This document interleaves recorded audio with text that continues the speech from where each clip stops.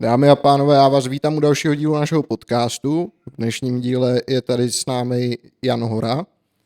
Já jsem Dan, tohle je Petr. Ahoj. Jan Hora je garant tématu bezpečnosti a obrany. Je to tak? A teďka to zkomolím určitě člen výboru Prahy 4 pro bezpečnost. Ano, a člen výboru bezpečnost na magistrátu hlavního města Prahy. Zastupitelstva, přesně je to člen výboru pro bezpečnost zastupitelstva hlavního města Prahy. Strašně jednoduchý termín. My jsme potřebovali jak ve středověku, aby byli takový ty lidi, co provolávali ty tituly jakoby jednotlivý. Jo. To bych ale musel natrénovat, abych taky kynul, že jo? Člověk musí umět kynout, když provolávají slávu. To je pravda. No, každopádně to téma jakoby bezpečnosti je jedno takový, který jakoby bych řekl, že donedávna nebylo až tak moc jakoby oblíbený. Situace se poněkud jako změnila, ať už u nás v Evropě, nebo na Blízkém východě, řekněme, nebo i v Ázii. A teďka je to vlastně jedno z nejdůležitějších témat, minimálně který se nás týká. Nevím, jestli úplně nejoblíbenější, protože Češi asi budou trošku skeptický stále tady k tomu tématu. Je to vlastně téma, který na té slavné Maslowově pyramidě potřeb je úplně dole jako to nejzákladnější, jako bezpečí. A samozřejmě ve chvíli, kdy žijeme v poměrně rozvinuté západní společnosti, kde 80 let nebyla válka, tak samozřejmě tohle téma ustupuje do pozadí a lidi se soustředí na ty další, na nějaké hledání blahobytu, hledání šťastného života, protože to bezpečí považují za daný. A teďko s tím, co se děje ve světě, vlastně v většině společnosti dochází, že to není nějaká daná neměnná veličina, že bezpečnost a bezpečí, že to něco stojí a že vlastně ta situace se i zhoršuje a že může velice brzo jako přijít chvíle, kdy nebudou v bezpečí, že vlastně už teď vlastně asi nejsou a proto se z tohoto téma stává. Dokud vlastně všichni předpokládali, že nám bezpečí garantuje někdo jiný, v tomhle případě Spojené státy jako nejsilnější spojenec v NATO, tak to vlastně nikdo neměl úplně velkou potřebu řešit, přestože lidi, kteří se tím zabývají, tak vlastně vědí, že evropské země měly už, nejenom Česká republika, i jiný evropské země, už na ně bylo trošičku nahlíženo jako na černý pasažéry, hlavně těma Spojenýma státama. A bylo jim opakovaně říkáno, že mají navýšit ty výdaje na obranu, že se nemůžou jenom vést a že Amerika nebude zajišťovat bezpečí úplně všech a všude. Tak my tohle to víme, ale tyhle informace se k veřejnosti úplně nedostávaly. A i když se k ní dostali, tak to většina lidí jako nepovažovala za akutní téma, který je potřeba řešit. Takže jako propluli veřejným prostorem většinou bez zájmu.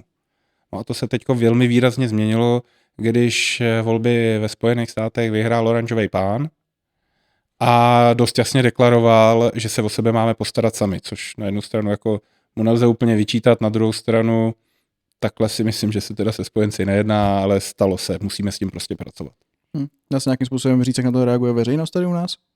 No, myslím si, že byl to takový budíček ošklivý, jo? Že veřejnost prostě zavnímala, že se prostě může stát, že se o sebe budeme muset postarat sami. Zároveň válka na Ukrajině, která začala před několika lety, tak ty lidi dost polekala, protože tohle už není nějaký Krym, kde to bylo za týden vyřešený. Teď je to najednou jako relativně blízko. Spousta z nás má někde ve svém okolí Ukrajince, buď jako kolegy, ale třeba i jako lidi poskytující služby třeba někde v kanceláři, zadníci, uklízečky, cokoliv vás napadne. A najednou slyší ty lidi mluvit o tom, že mají někoho tam doma, že tam někdo je ve válce, že někdo třeba umřel v té válce. Najednou to je jako za rohem. A když tomu přidáte to, že vlastně zmizela ta garance toho silného hráče, že tady v Evropě bude bezpečno, tak lidi začali jako se obracet na svý blízký, ale i na volený zástupce, jako jak jim chtějí garantovat to bezpečí, když to už jako nikdo třetí neudělá. Já jsem se vlastně ptal spíš na to, jestli, a teďka možná na to neexistují žádný data, jo, tak já se nejsem úplně jistý, ale jestli se dá vysledovat ve společnosti třeba v praxi, co se jako změnilo, jestli, já vím, že proběhlo médiama, že je velmi zvýšený zájem o zbrojní průkazy a podobné tyhle faktory. Z našich interních průzkumů bylo vidět, že bezpečnost byla téma číslo 3 ještě předtím, než skončily volby v Americe. Mm-hmm. Už tehdy to měli lidi někde v rozsahu zhruba, a teď si nejsem úplně jistý, protože si nepamatuju ten průzkum do detailu, že to byli lidi zhruba v rozsahu někde mezi 30 a 45 lety, že v tomhle bracketu to ty lidi měli jako číslo 3 v průměru. A to bylo ještě předtím, než vyhrál Donald Trump volby. A samozřejmě s tím, jak je vyhrál a začalo se dít to, co se děje, tak to v některých průzkumech začalo pak vycházet už jako celkem suverénně jako číslo 1. Samozřejmě ta intenzita toho zájmu o téma tak jako kolísá v čase podle toho, co se děje, ale nese to sebou i tyhle ty věci, že se prostě zvyšuje zájem o všechno možný. Zvyšuje se zájem o nějakou krizovou připravenost, to znamená, že ty lidi hledají informace, jak se připravovat na krize, roste zájem o nějaký činnosti dobrovolnický, zájem o aktivní zálohy, zájem o stanovenou zálohu státu roste, což je vlastně konstrukt pod ministerstvem vnitra, aktivní zálohy jsou pod armádou, pod obranou. Roste samozřejmě zájem, a na tohle teda nemám data, ale jako sleduju to v té komunitě, jak se to vyvíjí, roste samozřejmě zájem i v různé formě dobrovolného výcviku poskytovaného komerčníma společnostma, a to nejenom o výcvik nějakého vojenského typu, ale i třeba o kurzy přežití, o kurzy první pomoci. To můžu vřele doporučit, to je skvělý, obzvlášť pokud jsou dělaný zážitkovou formou. A tohle všechno tak jako naroste, protože ty lidi si uvědomí, že vlastně nevědí dost, že kdyby se něco stalo, takže nevědí dost, neumí dost, tak se snaží tohle ten deficit dohnat, a to je dobře. Mě ještě napadá, než teda skočím do řeči asi, možná by bylo dobrý říct vlastně, v jaké fázi se naše společnost nachází v tuhle chvíli, nebo jak to bylo předtím, jestli to byla jako krizová situace, že těch lidí v těch složkách, aktivních zálohách a podobně bylo málo, nebo jestli to bylo OK a teďka máme akorát jakoby větší zájem, nebo... Jo, my se vlastně nacházíme v situaci, jak z pohledu těch dobrovolníků, tak těch profesionálů, že jsme byli v situaci, kdy vlastně vnitřní bezpečnost a obrana byla vlastně v obětí toho bezpečného světa, kdy to bylo velice špatné, a teď jsme ve situaci, kdy i přes zvýšený zájem je to furt velice špatné, ale už si to aspoň všichni všímáme a už to chce řešit i veřejnost. Jasně, to jsem Protože si jako všimli, že to je špatný a že prostě nejsme připravení na krizové situace dostatečně dobře. No tohle téma asi je blbě jakoby prodejný, když to řeknu hloupě té společnosti, protože vlastně tím, že jako je to něco, co není vidět vlastně, že by na první pohled, že by byl někde nějaký jakoby problém, nebo ty problémy jsou dál třeba od nás, ale zároveň jsou a jaký dopad jakoby na nás mají, tak jakoby z tohohle hlediska jako politického bych řekl, že je to docela jako blbě prodejný těm lidem. No, to máte pravdu, ono to má ještě jeden aspekt, díky kterému je to strašně špatně prodejný lidem, a to, že v těch bezpečnostních složkách jsou povětšinou, hlavně na těch řadových rolích povětšinou lidi, kteří to opravdu chtějí dělat, dělají to s láskou. Když se podíváte, jak jsou zaplacený, nebo donedávna byli i v armádě, tak to fakt lidi nedělají pro peníze, tuhle práci. Jo. No a když se podíváte na to, že to ty lidi dělají s láskou, tak to taky vede k tomu, co já třeba často slýchám na tom výboru pro bezpečnost. Že když se objeví problém, oni nám o něm poreferujou, my se zeptáme, co s tím jako lze dělat, a oni vám na to řeknou, tohle by se muselo řešit na úrovni státu, to se asi jako nestane v dohledné době, my si poradíme. A to je přesně ten problém, že oni si poradějí, a protože si poradějí, tak si všichni myslí, že je to v pořádku a není potřeba nic měnit a nic řešit, protože oni si přece poradili. Takže vlastně nepotřebovali ty změny doopravdy. Jo, a vlastně málo kdo si uvědomí, že tohle je jako fungování na dluh, že to zvyšuje frustraci v těch bezpečnostních sborech, přetěžování těch lidí v bezpečnostních sborech.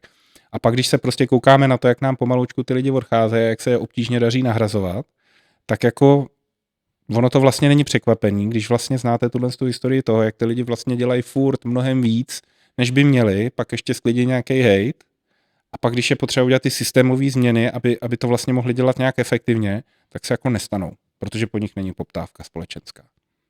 Jo, proto jsem třeba paradoxně, byť je to jako strašná situace teďko, jsem paradoxně rád za ten zvýšený zájem veřejnosti, protože to vlastně umožňuje začít dělat systémové změny. Jestli se to podaří, to nevím, ale už se o nich aspoň jako můžeme bavit a už to tu společnost zajímá, k čemu jsme jako dospěli a jak to chceme řešit ty věci.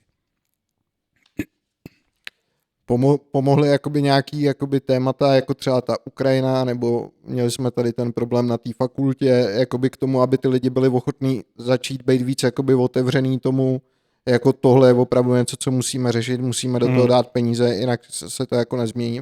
Jestli to byl takový jako budíček tady pro nás. Ukrajina jo. Ukrajina ano, protože to je komplexní dlouhodobá záležitost. A díky tomu ty lidi víc chápají, že to není tak, jako že tady udělám tuhle věc a máme zpátky bezpečí. Že tohle je prostě že to je prostě systematická činnost, že to je něco, to není něco, co uděláte a je to hotový. To je něco, co furt dokola děláte zlepšujete, měníte, upravujete, reagujete a furt se o to staráte. To je o bezpečí prostě musíte pečovat, ne ho jako zařídit. Jo? A ty krizové situace jednorázového charakteru, jako byl třeba útok střelce na Filozofické fakultě, to vede spíš tomu druhému, že se očekává, že teďko něco politici udělají a už se to nikdy nestane. Což je nesmysl. Vede to jenom populistickým opatřením, který většinou víc rozbijou, než vyřeší. No. To je asi jedna z věcí, které jsem si všimnul, že minimálně ta Filozofická fakulta, že to nemělo jako dlouhosáhlý účinek na ty lidi, že by jako tam byla nějaká možnost jakoby skrz to něco jakoby prosadit, že to hodně rychle utichlo. Má to vlastně, je to náhlý, má to šokující charakter, ale rychle to odezní. Že? Když si vlastně vezmete, tak to bylo 4 dny všude v novinách, nebo týden to bylo všude v novinách, pak se to objevovalo tak jako týden, ob 14 dní, až to vychladlo. Vemte si, že vlastně celá ta akce, ta kritická fáze, trvala nějakých 15-18 minut. No. Válka na Ukrajině běží kolik? 3 roky? Už začíná být problém si vzpomenout, kdy vlastně začala. Protože když se na to podíváte jako pečlivě, tak ona netrvá 3 roky. Ona trvá od roku 2014. Let. Ona trvá už 11 let. Od odsazení Krymu. Co si taky spousta lidí neuvědomí, že tenhle konflikt není novej, jo? Ten jenom přešel do horké fáze. Ale obsazení Krymu byla první agrese a ta nikdy neskončila. No, tam si myslím, že celkově jakoby ten problém toho bylo, že to byl postupný jako konflikt, hodně jakoby pomalej a asi se to mohlo spoustě lidem jakoby jevit jako interní záležitost jako Ukrajiny jako takový, jestli to říkám jakoby dobře. Je to normální lidská přirozenost, tak nějak věci, které jsou děsivý a zároveň nevím, co s nimi jako mám dělat, jako znervózňuje mě to, má se to řešit, já nevím, co s tím, tak ten instinkt vlastně jako to prohlásit za jejich interní záležitost, ignorovat to a ono se to vyřeší, je jako strašně silnej a nelze to těm lidem vyčítat. Jo, to prostě to jim jako nemůžu na lidi být zlej, že vlastně nechtějí řešit něco, co je děsí a proto jako cítí, že nemají to know-how, aby vlastně mohli říkat, jak se to má vyřešit, jo? Že jako čekají, že to někdo udělá a tady v tomhle případě to oprávněný. Jo? To, jak vyřešit konflikt na Ukrajině, to není něco, co by běžný průměrný občan uměl říct, respektive někteří si myslí, že to umí, ale většina lidí vám prostě řekne, že já nevím, jak se to má vyřešit, já jenom chci, aby se to vyřešilo a chci, aby to dopadlo tak a tak. Drtivá většina lidí vám řekne, chci, aby to dopadlo vítězstvím Ukrajiny. Díky bohu za ty dary.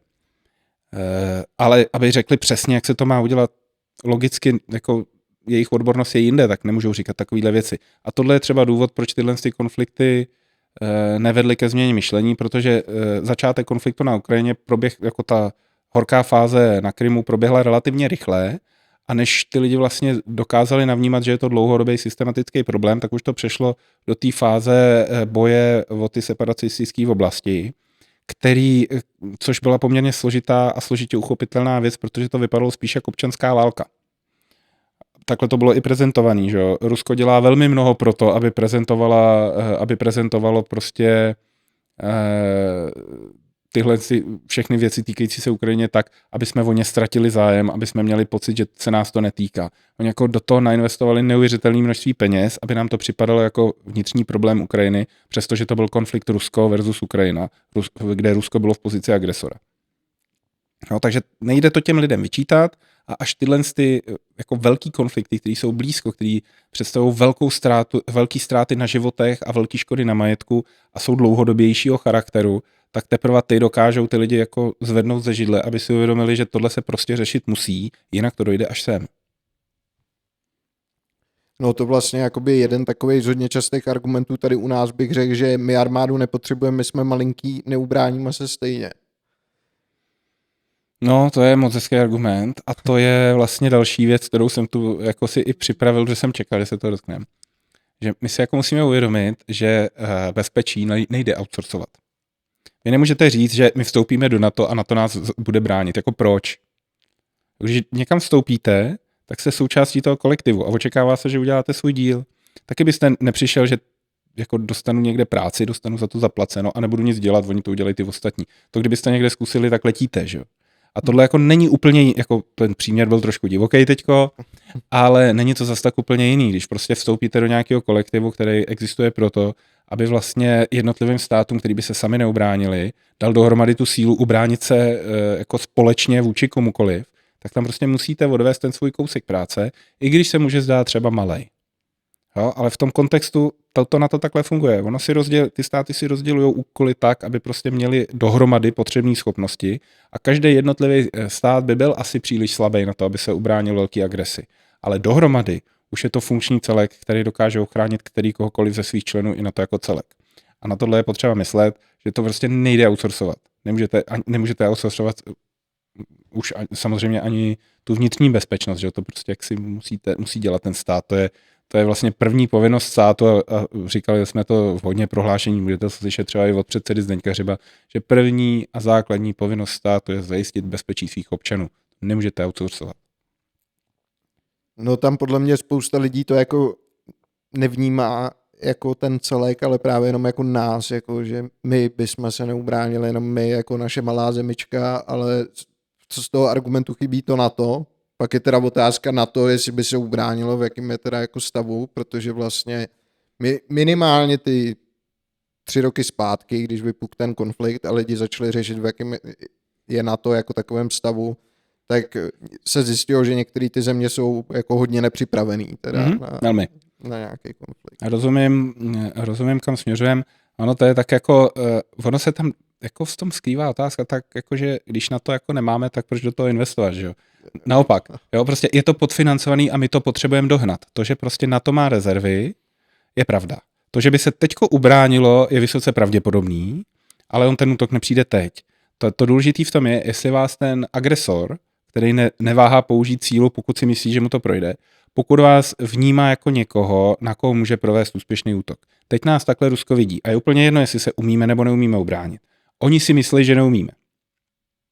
A vy vlastně jako nechcete zjistit, jestli to dáte a nechcete si vlastně ani ověřit, že máte pravdu a že to dáte, protože ty ztráty na životech, na majetku, to omezení do budoucna, než vlastně odstraníte ty škody, i kdyby nedošlo k jedinému úmrtí, což se nestane, tak to prostě trvá dlouho. Vy to nechcete zjistit, vy chcete být tak silný, že si to ten syčák, který o tom přemýšlí, vůbec nedovolí. A to je ten cíl. Jestliže se nám zdá, že se na to jako na to jako celek není dost silný, že by se možná nezvládlo účinně bránit, anebo že by to bylo za vysokých nákladů, no tak do toho prostě musíme nainvestovat tolik, aby jsme to nemuseli nikdy zjistit. Můžu dotaz jenom. Teď se možná zeptám jako úplný tupec, jo?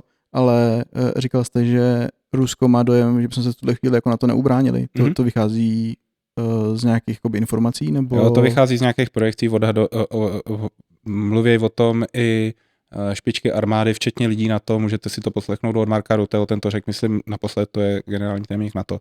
Tak myslím, že on byl poslední, kdo to zmínil, že ty projekce jsou, že Rusko s vysokou pravděpodobností, pokud se nic nezmění, pokud prostě neuděláme žádný změny a nevyřešíme tenhle problém, že nás vnímá jako slabý, tak odborníci očekávají útok na NATO zhruba v horizontu 5 let.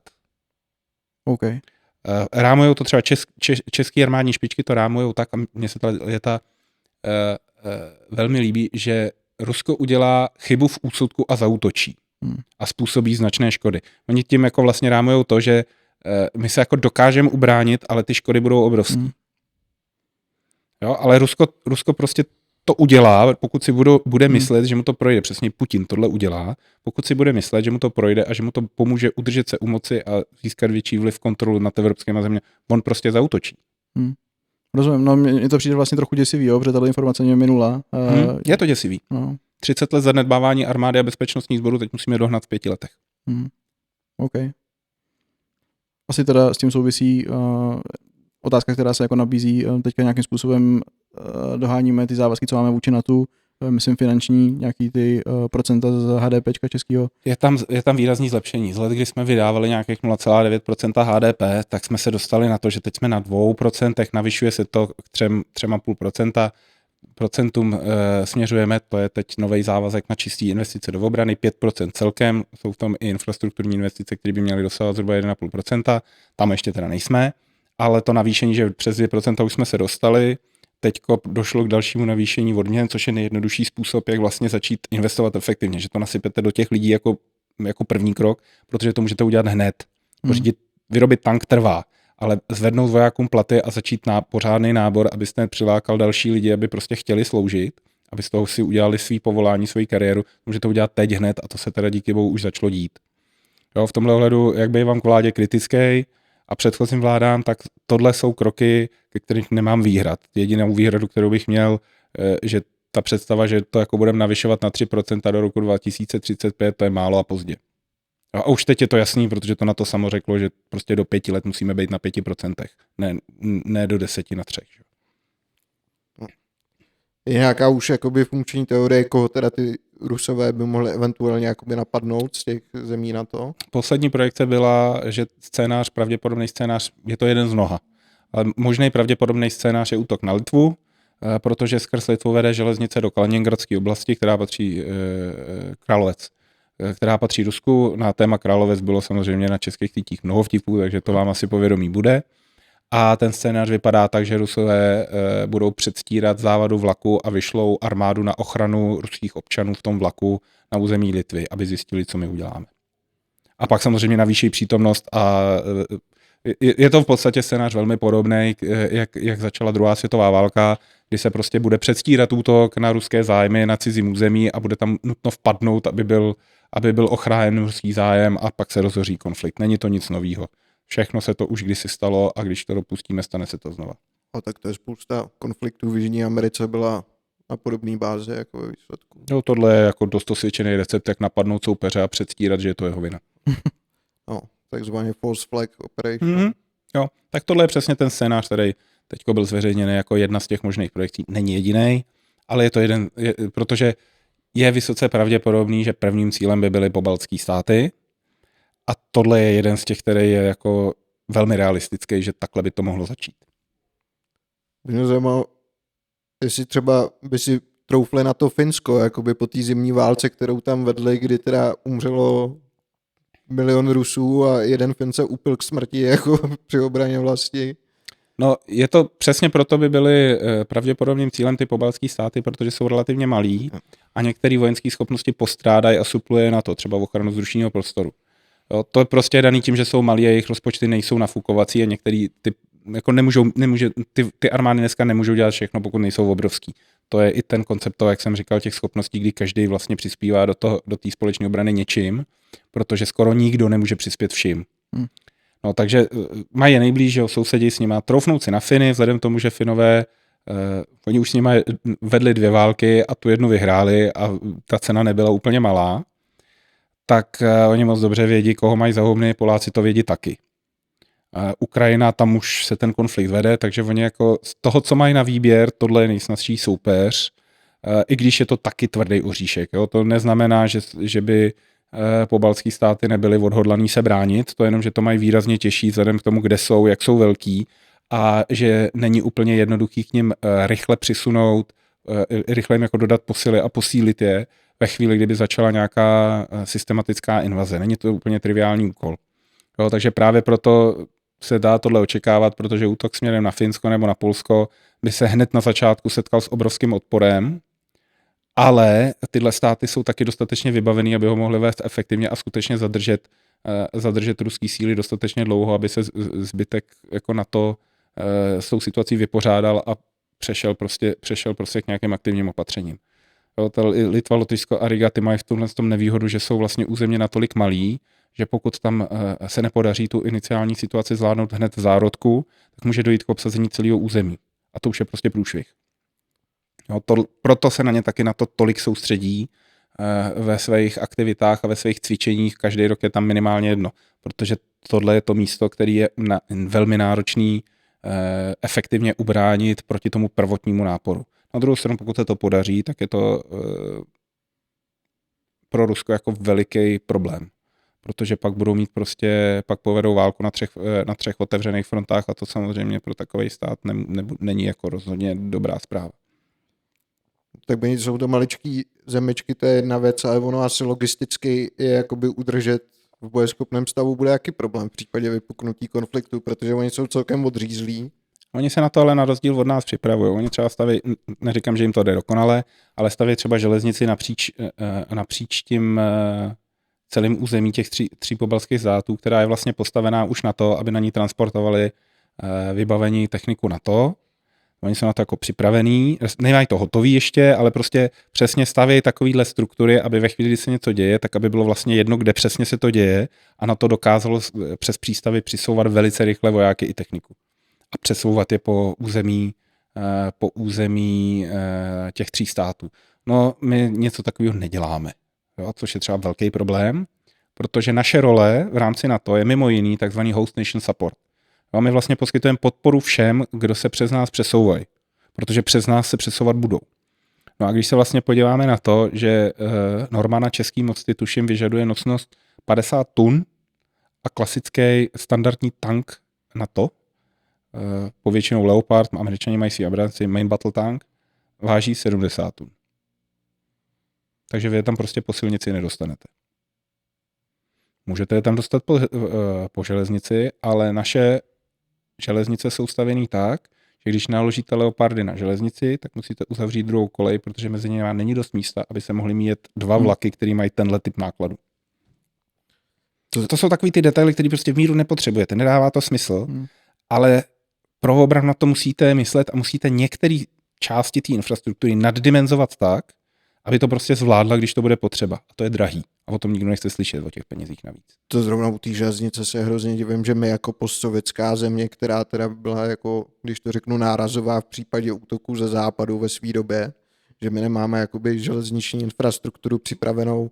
Pro sovětskou starou techniku je dobrá. Ty staré tanky, té 72 jsou uší, oni se tam vejdou. Ty nový se tam nevejdou. Ty jsou lehčí, menší a uší. Jo, ruská vojenská doktrína vlastně pracovala s množstvím a u těch starších, přiznám se, že teď nevím, jak ty úplně nový, to si teď z hlavy nevybavím, ale tyhle ty starší tanky byly stavěny na to, že mají být malý, obtížně zasáhnutelný, rychlý. Většinou obětovali část pancéřování a pohodlí posádky tomu, aby byli skutečně měli nízký profil, vysokou rychlost a velkou obratnost, což sebou nese menší rozměry, takže vlastně na české železnici tyhle ty tanky můžete připravovat relativně snadno, ale ty nový, moderní, ty velký, který už prostě nabobtnali tím, že dávají důraz na přežití osádky a na výdrž toho stroje v boji, tak ty už to nedá. To já se právě dívám, že to nepředimenzovali, protože ona jakoby ve své době ruská nebo sovětská logistická doktrína byla vlastně upravená primárně na to, aby fungovala v případě jaderné vlastně války. Mm-hmm. Takže mě právě překvapilo, že to nepředimenzovali, aby se na to vešly i větší věci. Tak ono samozřejmě lidi, kteří si zabývají obranou a bezpečností, by o to stáli. Ale jako ta poptávka tady nebyla. Nikdo jako nevěřil, že tady bude další velký konflikt a tohle stojí dost peněz. Jo, to prostě jako skokově zvedáte náklady. Když třeba stavíte železnici, tak to, že tam přidáte já nevím, teď si nevybavuju úplně přesně ty šířky, to všechno v hlavě nenosím samozřejmě, ale je to, myslím, 1,5 metru je potřeba jako navíc. Tak jako když si vezmete tu dílku té vysokorychlostní trati a vlastně potřebujete o 1,5 metru větší pruh, to jako není levný. No, já tomu rozumím. Zároveň to, že je to blíž u sebe, samozřejmě asi i konstrukčně přináší nějaký výhody, že se některé věci dají dělat jednodušeji, než když to strčíte dál od sebe. Asi jak to pracuje, to nevím. Teď stavebnictví není můj obor, ale prostě je to jednodušší, levnější, potřebujete méně místa, musíte vykumpovat méně pozemků, nemusíte potom řešit spoustu dalších složitostí někde v terénu, že když děláte tunely, že tak místo jednoho, pak musíte třeba udělat 2 nebo 1 velký, to je taky drahý, všechno to stojí peníze. A to je přesně důvod, proč se to nedělalo, protože to stálo hodně peněz a nikdo neviděl jako ten důvod to dělat, když si můžeme najmout nějaký ten specializovaný transport, který to teda jako nějak vyřeší, odveze, anebo prostě tu jednu kolej zavřem a odvezem to tam prostě po jedné koleji. Jasně, v době míru fajn, ale když to potřebujete lifrovat za válečného stavu sem a tam, tak už to tak fajn není. No, ale to mě docela zaskočilo, no, já jsem zrovna viděl asi 1,5 hodiny dlouhý dokument o jenom jako logistice, co se týče jakoby...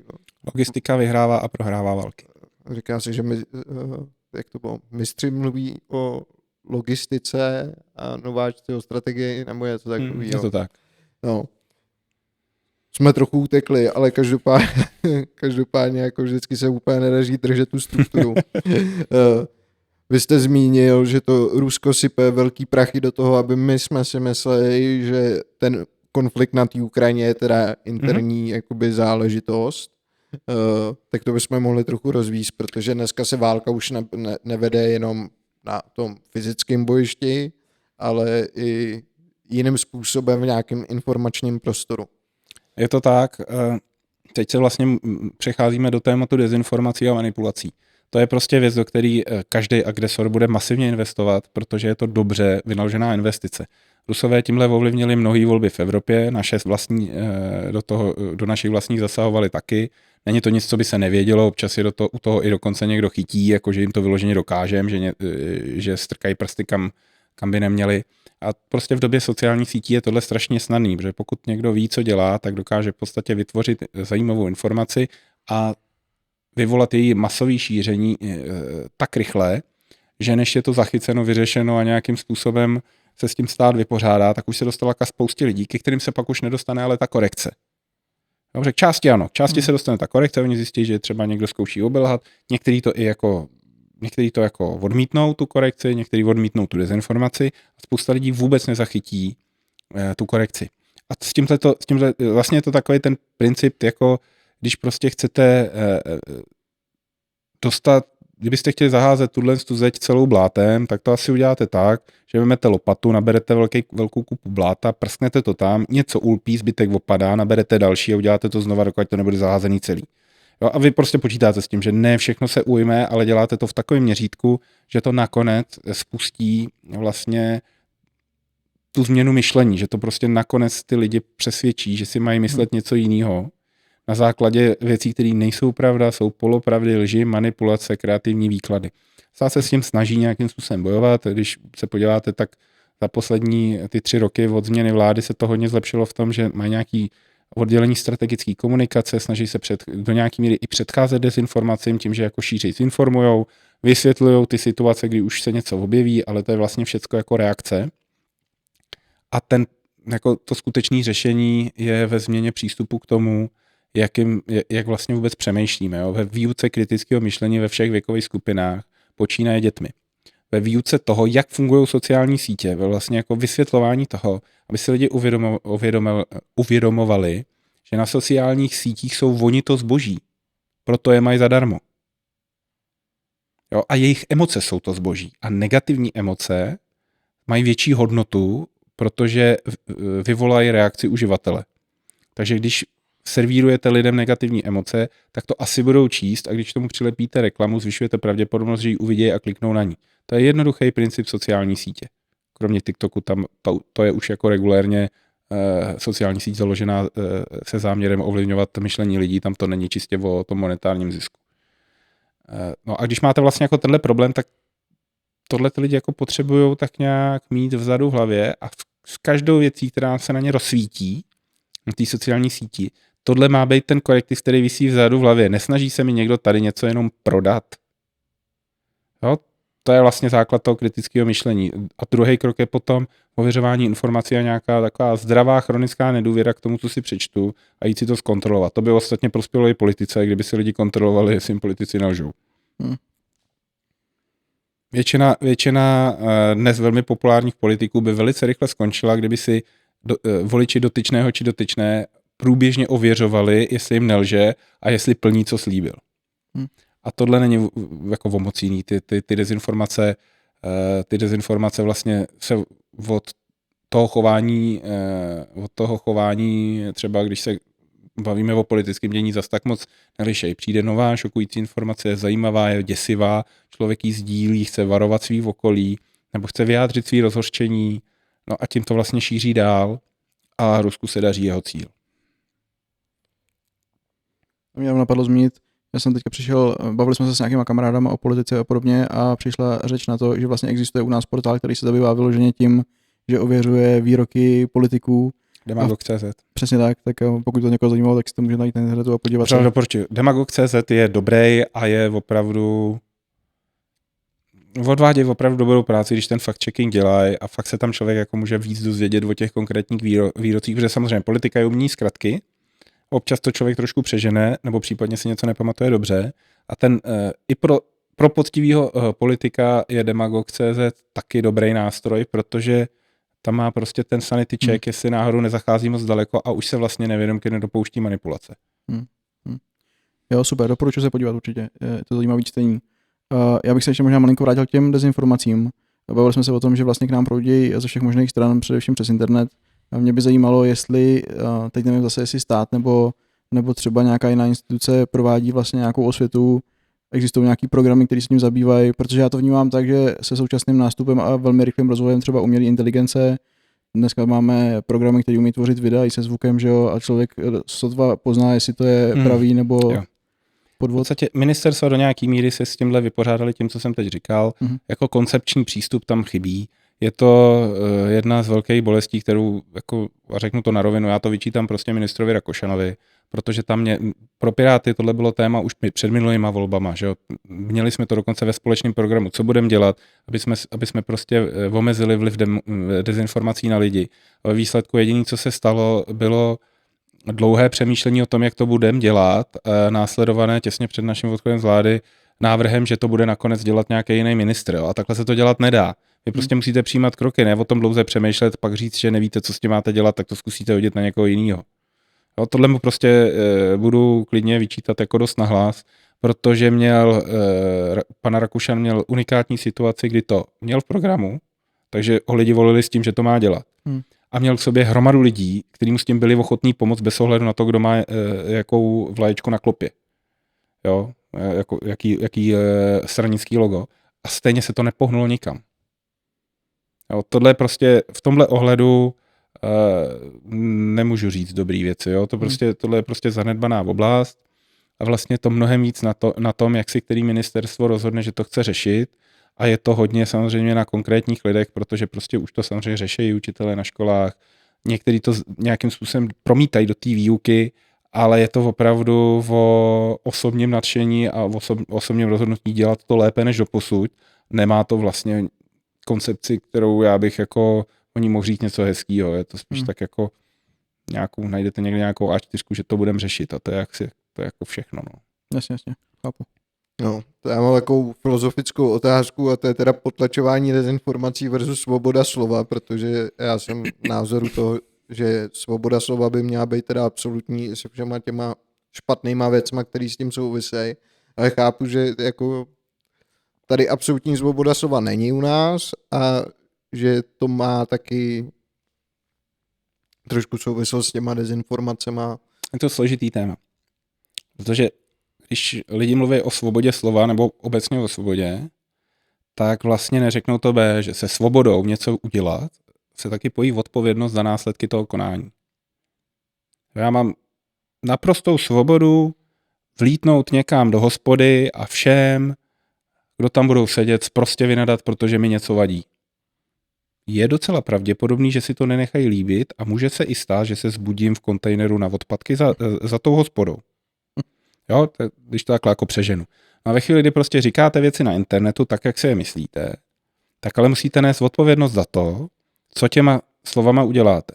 Když budete urážet lidi, tak se můžou domáhat omluvy a je dost možný, že bude vám i jako nařízená povinnost, třeba i soudně, je odškodnit a omluvit se. To se děje běžně.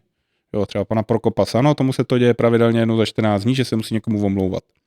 Jo, protože prostě nemá vůbec problém lhát a urážet. Jo, ale může. Ale musí pak strpět ty následky. Jo. A ve chvíli, kdy se bavíme právě o těch dezinformacích, tak tam se vlastně dostáváme už do té těžké zóny, protože hodně lidí, kteří šíří dezinformace, tak činějí neúmyslně, nevědomě. Oni věří tomu, co sdílí, i když je to dezinformace. Jo, a jako oddělit lidi, kteří to dělají cíleně, aby pomohli zájmům někoho jiného, nějaký nepřátelský země, a lidi, kteří se prostě jenom nechali chytit do té pasti dezinformací, věří tomu a stali se vlastně tím nosičem té informace, tak to jako není úplně triviální. A je to samozřejmě věc, na kterou musí být velký dohled, protože ve chvíli, kdy začnete jako redukovat tyhle sdělení nějakým způsobem, že je budete postihovat, že je budete mazat na tvrdo, že budete postihovat toho, kdo to nesmaže, pokud dostane ten pokyn od nějakého státního orgánu nebo od soudu, tak ve chvíli, kdy tohle začnete dělat, tak on je to strašně jednoduchý způsob, jak tenhle problém zdánlivě jako řešit, že to prostě pobanujete všechno a těch pár, kteří to jako schytali nespravedlivě, tak oni nějak rozdejchají. jo, tak to jako není úplně zdravý, protože to samozřejmě budí frustraci a nedůvěru k tomu státu. Jak vám budou přibývat lidi, na který to kladivo cenzury dopadlo nespravedlivě, tak, jako myslím skutečně objektivně nespravedlivě, tak taky bude klesat důvěra ve stát. Druhý problém téhle věci je v tom, že tyhle jednoduché řešení jsou jako dočasného charakteru, ale jak všichni asi vědí, jednotka dočasnosti je jeden furt. Jakmile se to zavede, bude strašně těžký, jako v nějakém extenzivním režimu, bude strašně těžký se téhle věci zbavit. Jo, to je obecně problém každé legislativy, že jak se něco zavede, tak je těžký to zrušit, i bez ohledu na to, jestli je to dobrý, špatný. Prostě už se to jenom upravuje, ale jako fakt to vzít a zahodit, protože už to přestalo sloužit, to se jako daří málo. A tohle je přesně ta věc, kdy tohle by mělo sloužit třeba dočasně po dobu konfliktu, pak mají se přijmout systémové řešení právě toho typu, že budujeme větší odolnost lidí, pečujeme o kritické myšlení, učíme lidi pochopit, jak fungují manipulace, dezinformace, aby se stali odolnějšímu a pak to zruším.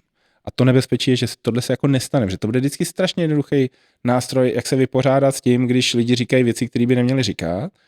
A může se to samozřejmě zvrhnout do velmi účinného nástroje pro někoho, kdo vlastně to s tou demokracií nemyslí vůbec dobře. Sice o tom bude mluvit, ale mnohem víc stojí o demontáž demokracie a nastolení nějakého autoritářského režimu. A když vy tohle to zavedete, tak to kladivo už leží na stole a jemu stačí, jakmile se stane premiérem, ho vzít do ruky a začít s ním bouchat.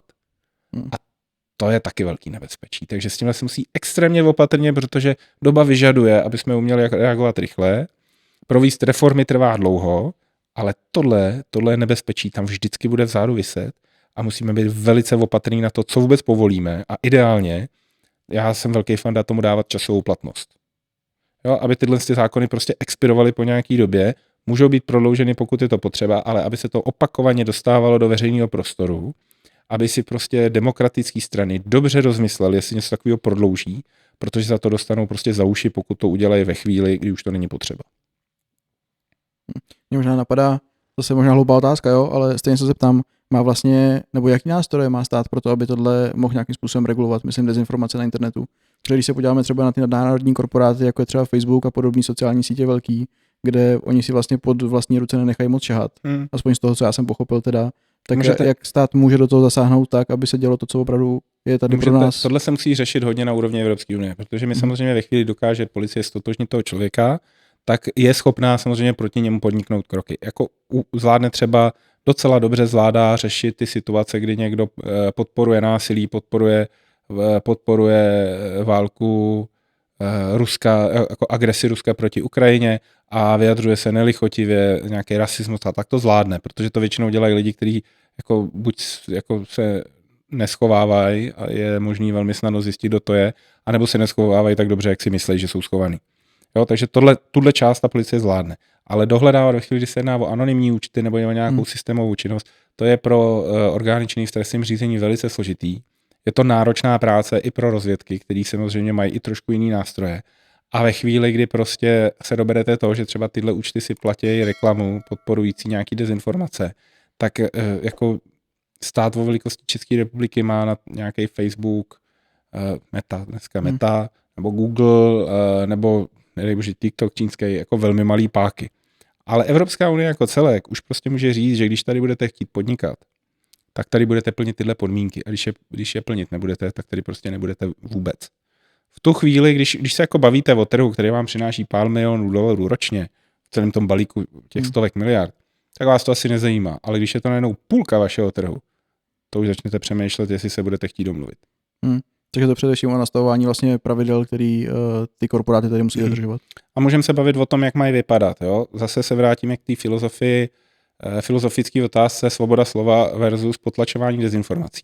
Prakticky na tom se vám taky shodne docela dost lidí, že jeden z nejlepších nástrojů, jak na sociálních sítích tohle jako dostat pod kontrolu, je zavést nějakou formu pravidla, že buď se necháte stotožnit a stát bude mít právo si vaše údaje od toho poskytovatele té služby vyžádat za určitých podmínek, kde samozřejmě nemůže vám lézt do soukromí, jenom že se mu chce, ale že za určitých podmínek bude mít právo žádat údaje o vaší totožnosti, anebo zůstanete anonymní, ale bude vám výrazně redukován dosah. Například nebudete moci zaplatit reklamu, nebo co jsem tak jako slyšel jako možnosti, jak by se to mohlo projevit, že třeba váš obsah se bude zobrazovat jenom vašim přátelům, kdo si vás nepřidá, ten to neuvidí. Jo, takže vlastně je zachována nějaká možnost té anonymity, protože ty sociální sítě byly historicky opakovaně nástrojem různých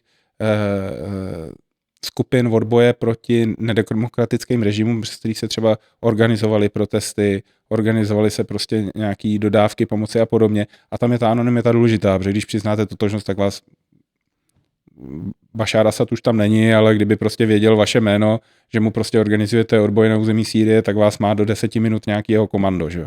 Takže ono to smysl má a je potřeba vlastně vyřešit ten balanc mezi tím jako nezamezit tomu dobrému, co přináší anonymní účet na takové službě, ale omezit to špatný. A skoro vždycky to končí u nějaké formy toho, že je potřeba, aby ty lidi, pokud chtějí mít široký dosahy, prostě museli doložit tu totožnost a aby ty společnosti byly povinný tu totožnost předat, pokud si to stát na základě nějakého zákonného důvodu vyžádá. Zdůrazňuji zákonného důvodu. Jo, tohle prostě musí mít nějaký track record, že když to stát chce, že k tomu má zatraceně dobrý důvod montovat se někomu do soukromí. Ještě mi teda napadá zeptat se, jak vypadá v současné době ta součinnost těch velkých společností. Chápu, že TikTok je úplně mimo, protože ten asi nespolupracuje vůbec.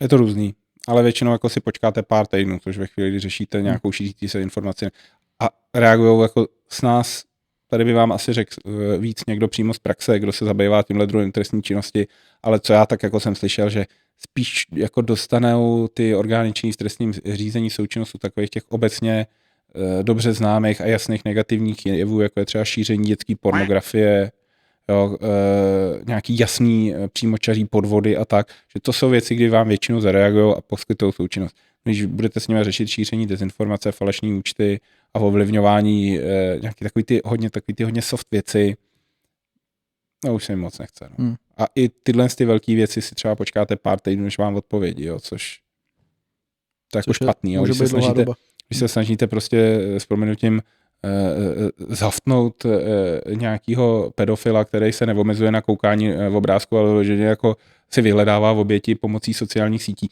Potřebujete prostě chytit rychle, vy ho tam nemůžete nechat ještě 5 týdnů řádit, Bůh ví, komu všemu ublíží. No tak to je jako výhoda celkově jako těch nevýhoda těch demokratických systémů, že v některých věcech jsou prostě jako pomalejší. No. Tohle je spíš nevýhoda toho, když se vám, když nemáte, když jako ztratíte tu schopnost ty opravdu velké firmy jako motivovat k tomu, aby s váma spolupracovali, aby udělali, co je správný. Jo, ve chvíli, kdy oni prostě jako, když jako nemají žádnou motivaci dělat, co je správný, tak je to čistě jenom na tom, jestli se jim chce. A opravdu velkých firm prostě narážíte na to, že ten, kdo je řídí, je obvykle motivovaný ziskem. To je normální. Běžný ředitel velké firmy, nadnárodní korporace, je prostě odměňovaný podle úspěšnosti té firmy. No, takže se bude koukat na to, jak co nejvíc zvýšit zisk, jak zvýšit reputaci té firmy ve společnosti a to vám třeba znamená, že některé ty firmy nadále podnikají v Rusku, protože je to dobrý biznis. Přestože je to jako hrubě neetický. No s tím... Jakoby... Jsem trošku odbočil, omlouvám se, ale jako je to podobný, tak jsem to dal jako příklad. No, k tomu podnikání v Rusku, k tomu bych se taky vrátil, to mi přijde taky zajímavý.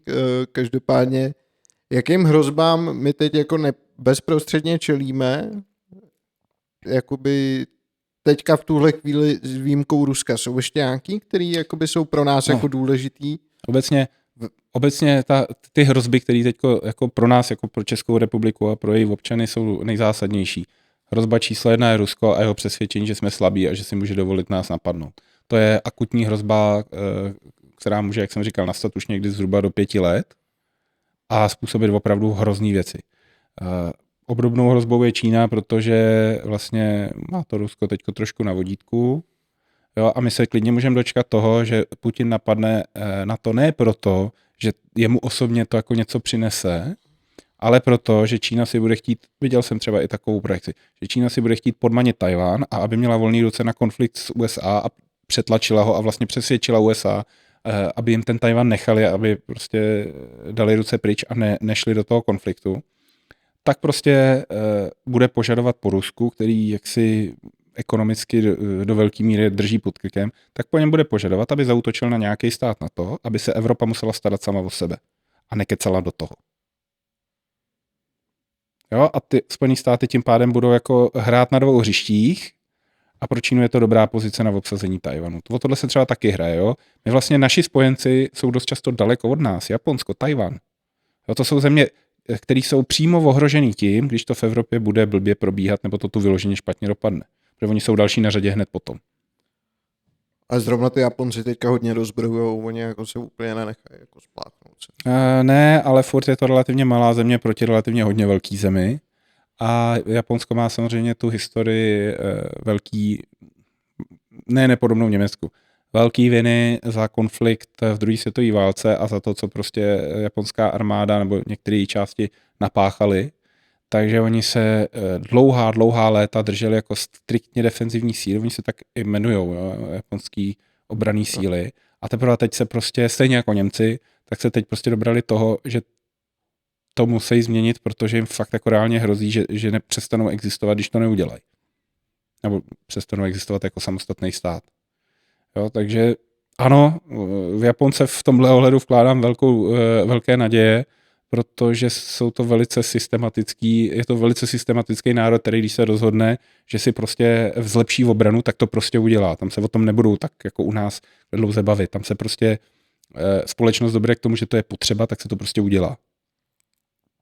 Trošku snazší.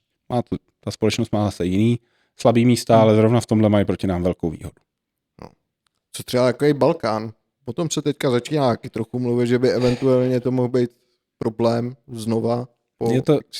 Je to v podstatě jsou to lokální konflikty, které nejsou nepodobné tomu, co se děje u nás. Jo? Ovlivňování voleb, koketování s totalitníma režimama, to samozřejmě začne pak přinášet i obnovování starých křivd, protože pokud chcete jako nějaký absolutistický autoritářský vládce dobře ovládat svůj názor, tak to nejužitečnější, co můžete mít, je vnější nepřítel. Někdo do vás ohrožuje, komu je potřeba to natřít, kam zaměříte tu pozornost toho obyvatelstva, aby si nevšímalo, že se vlastně pod vaší vládou má špatně. Jo, takže to samozřejmě hrozí. Není to jenom tam, že je to i v Iránu, teď ten konflikt Izrael versus Hamas se taky zvrhává dost ošklivým způsobem. Izrael versus Irán, to je taky spousta zábavy. Indie versus Pákistán, ty spolu vlastně nikdy nepřestali tak úplně válčit od té doby, co se Pákistán oddělil z původní Indie. Jo, jako furt se tyhle věci dějou, furt mají tendenci se rozhořet, ale je to závislí na té celkové situaci. Ve chvíli, kdyby došlo k nějakému velkému konfliktu toho typu, co jsem teď popisoval, NATO versus Rusko, Čína versus Amerika, nebo všichni dohromady, tak tyhle konflikty se samozřejmě okamžitě rozhořejí. Starý rány se otevřou, ty státy se prostě přidají na ty jednotlivé strany a které je budou proti sobě samozřejmě podporovat, protože nebudou chtít, aby ta druhá strana tam získala nějakou dominantní roli a bude to úplně stejně špatný jako před 80 lety. Takhle to bylo tehdy a jestli se rozhodí velký konflikt, tak všechny tyhle malý konflikty, které jsou ještě pořád řešitelný tím, že si všichni sednou za jednací stůl a někdo velký nad něma bude držet ten ošklivě vydlížející ostrý předmět, aby dodal jako váhu tomu, že se fakt musí domluvit, tak teď to jde, ale při velkém konfliktu se tohle zase zvrhne. To mi napadá zase, možná mám hloupý otázky, ale pardon, mění se situace v čase v tomhle ohledu? Jakoby, protože mně přijde, že když se bavíme o aktuální situaci, tak spousta lidí řekne, jo, takhle to trvá už jako dlouho, ono se vlastně nic moc neděje, asi není potřeba to nějakým způsobem řešit. Já se ptám vlastně na to, jestli, když se podíváme třeba ne tak dlouho dozadu, třeba 10-15 let nebo 20, jestli ta situace byla jakoby obdobná jako teďka, anebo jestli byla lepší a postupem času se zhoršuje a eskaluje. V Evropě se to rozhodně zhoršuje postupně, ale právě záleží, kam se podíváte. Když se podíváte do období války na Balkáně, tak to bylo samozřejmě strašný, kam se hrabe třeba období v roce 2014, ruská invaze na Krym, tak když to srovnáte s válkou na Balkáně s rozpadem Jugoslávie, tak ta Jugoška vám asi přijde horší. Jo, tam byly taky moc pěkný váleční zločiny a zvěrstva, mnozí za ně šli sedět. Někteří tomu stihli utíct, někteří nedoběhli moc daleko, protože je dohonil někdo, kdo se neobtěžoval soudem, to se tam taky stalo. Ale jako, když porovnáte tyhle dva úseky, tak si řeknete, to historicky to bylo horší. Když porovnáte Balkán teď a nějaký ty rozmíšky, které se tam dějou, protože tam je prostě hodně etnik, který mají nějaký historický spory a občas se to tam prostě zvrhává v konflikty, v násilí. Když to teď porovnáte s tou Ukrajinou, tak Ukrajina horší. Jo. Jo, můžeme se podívat třeba do Afriky. Teď jako, furt jsou tam jako různý horký zóny, ale třeba na konci 90. let byly prostě v oblasti, kde to bylo fakt jako hodně špatný. Jo? A takže ono je to spíš tak, jako, že se to různě proměňuje, přelejvá, celkově se ta situace zhoršuje, ale v podstatě se v čase příliš nemění a hodně je dáno právě, hodně dělá ten nezájem lidí, kteří jsou od toho konfliktu daleko.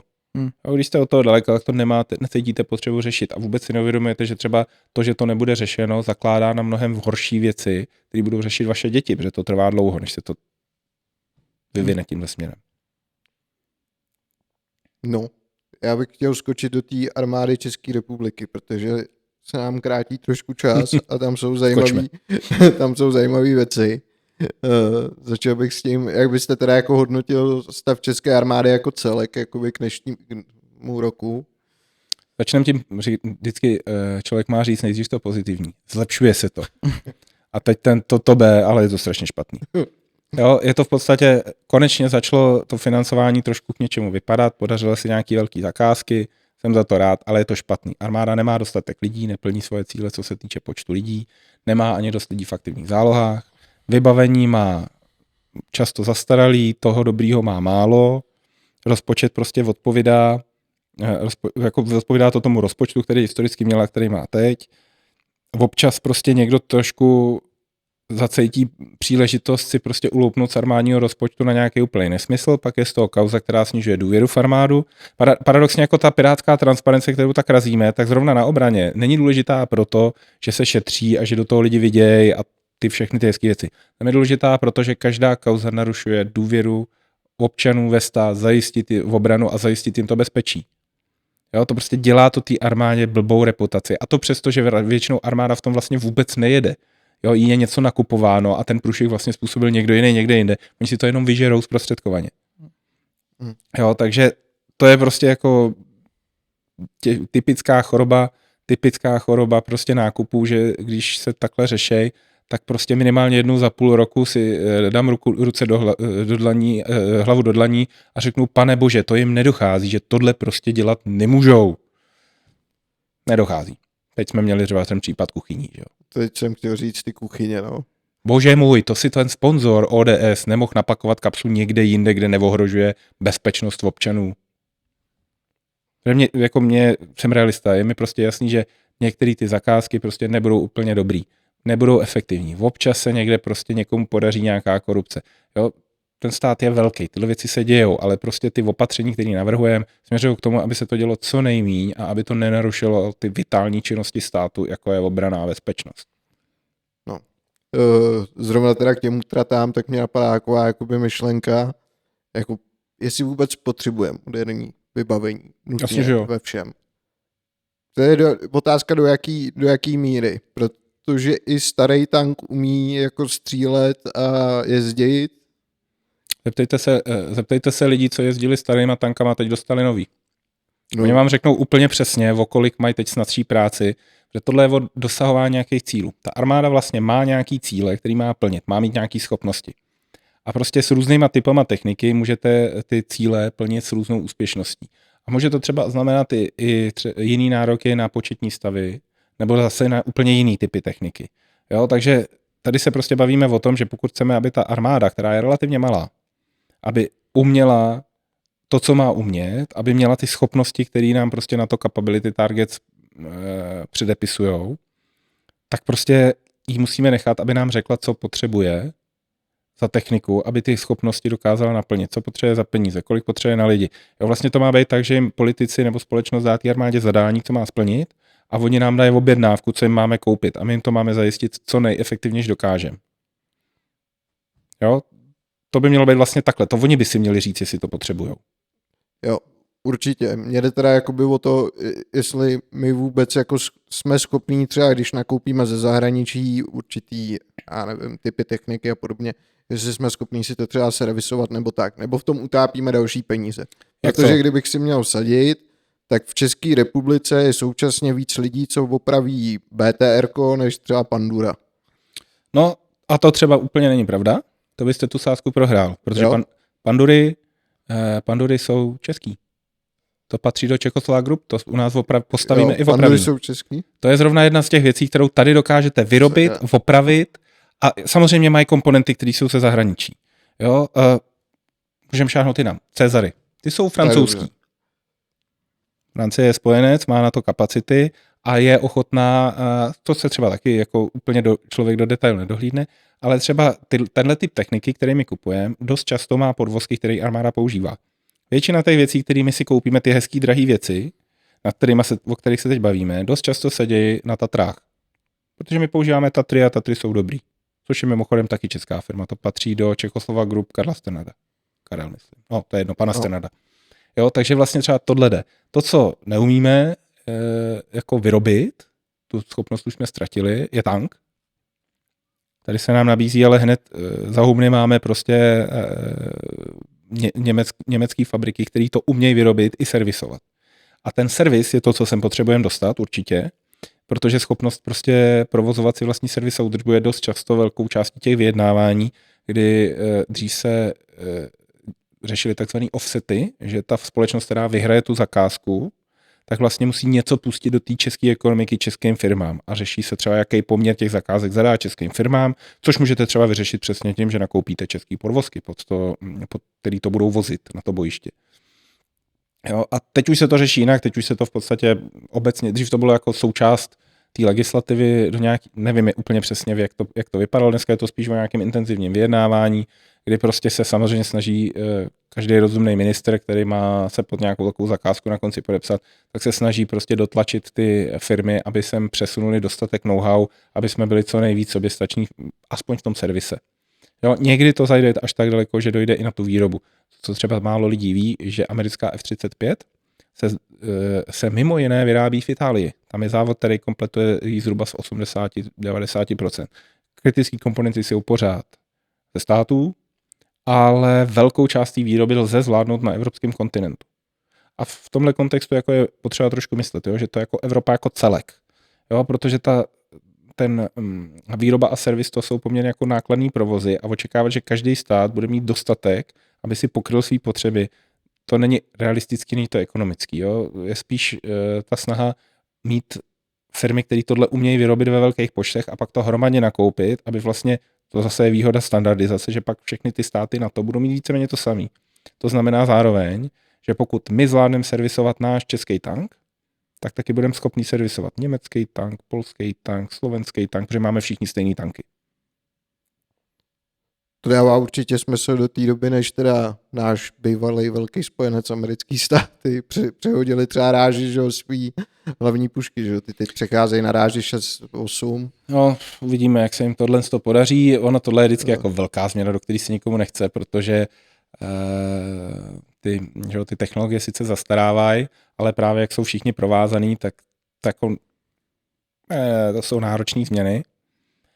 Každopádně třeba u těžších zbraní se tohle jako rozhodně moc brzo nestane, to se spíš jako vyvíjí nový a teprve když jako prosáknou do těch ozbrojených sborů hodně, tak se třeba zahodí ty starý, protože už se jako prokázalo, že tohle je lepší, tak to pojďme používat všude. Takže je tam spíš jako postupná odměna. Byť se samozřejmě všichni snaží standardizovat a nemít příliš mnoho ráží a příliš mnoho technologií na ten samý účel, protože to samozřejmě prodražuje logistiku, servis, všechno, že, výrobu. No, ale já samozřejmě jsem velký fanda toho, aby jsme se koukali primárně do evropských zemí, když chceme něco koupit, protože nám to budou vždycky přirození spojenci. Jo, protože my vlastně jako máme stejná ohrožení, stejná nebezpečí a jsme k sobě blízko a všichni jako dokážou relativně snadno pochopit, že když nechám padnout svýho souseda, tak příští na řadě jsem já, protože ty hranice se posunou ke mně. Tohle jako v té Evropě tím, že jsou ty státy povětšinou menší, tak to jako a hlavně už to většinou zažili, tak to jako umějí dobře chápat. V našem zájmu samozřejmě je, aby tady byla co nejzajímavější a nejcennější výroba. Čistě i když nic jiného, tak z pragmatického důvodu, protože pokud vyrábíte něco, co nikdo jiný v Evropě nevyrábí, tak se stáváte hodným obrany, protože oni potřebují, abyste to vyráběl dál a potřebují uchránit tu fabriku. Takže budou chránit i vás, logicky. No, takže třeba z toho, co tady umíme moc hezký drony. To teďko se dostalo i do médií, že vlastně ve spolupráci s Ukrajincema česká firma vyrábí a dodává tam drony, který využívají umělou inteligenci, takže jsou extrémně odolní proti rušení, protože nepotřebují operátora.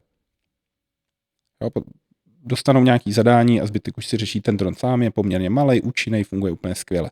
Jo, to je třeba věc, kterou umíme. A teď nevím, jestli je to ta samá, protože tady jsou 2 firmy na drony a mně se občas plete, která má co.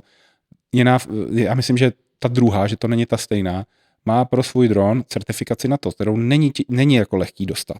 Jo, že je to prostě jako NATO ready výrobek. Jo, ale v podstatě je připravená na to, že když je připravená na to, že zavolá NATO a udělá velkou objednávku. Jo, a prostě oni můžou takhle, jo, když někde bude v požadavcích, že ten dron musí splňovat tu certifikaci, tady je někdo, kdo prostě jenom přijde, takhle dá papír, že tu certifikaci má a může prostě nabízet cenu a zkoušet, jestli na tu cenu ostatní jako dá. To je taky docela vzácný. No mě jde primárně teda jakoby o to, jestli jsme schopni vůbec jako nakoupit i v takovém měřítku, jakoby. Kolik bychom toho potřebovali, jestli by nebylo lepší nechat si ten, když to řeknu, byl by starý šrot, trochu zmodernizovat, což třeba u některých těch tanků jde, těch jako konec sovětský éry, ty T-72, tak se modernizovali několikrát. No. Je to strašně drahý, ty modernizace. Jo, ale i třeba helikoptéry a takhle, tak máme Excalibur Army, myslím, ty se specializují vyloženě na modernizaci tady sovětskou. Hodně se specializují i na to, že tyhle ty věci jako skupují a prodávají dál, ale umějí modernizace. Ty modernizace jsou ale drahý a neodstraňují třeba ten problém, že je člověk závislý na náhradních dílech z Ruska. Že některé věci si prostě nevyrobíme. A jako třeba zrovna u vrtulníků, který jsou dost jako důležitá součást moderního vedení války, člověk nechce být závislý na dodávkách dílů pro motory z Ruska. Oni nám je asi nedají, když budou válčit, že jo, s námi. Takže to je takový, jako to, a to tam jako je, že jo. Stejně tak, jako když používáme starou techniku jako jinýho typu, třeba docela problematický, pak máte i to, že my třeba si umíme vyrobit munici východních ráží, mimochodem proto nás mají na Ukrajině rádi, protože jsme byli schopni to chrlit prakticky od začátku v poměrně zajímavém počtu a oni v té době měli vlastně téměř výhradně výzbroj založenou na té východní ráži, tak jako my to umíme vyrábět, ale vlastně to potřebujeme jenom pro sebe, všichni ostatní od toho pomalu odcházejí.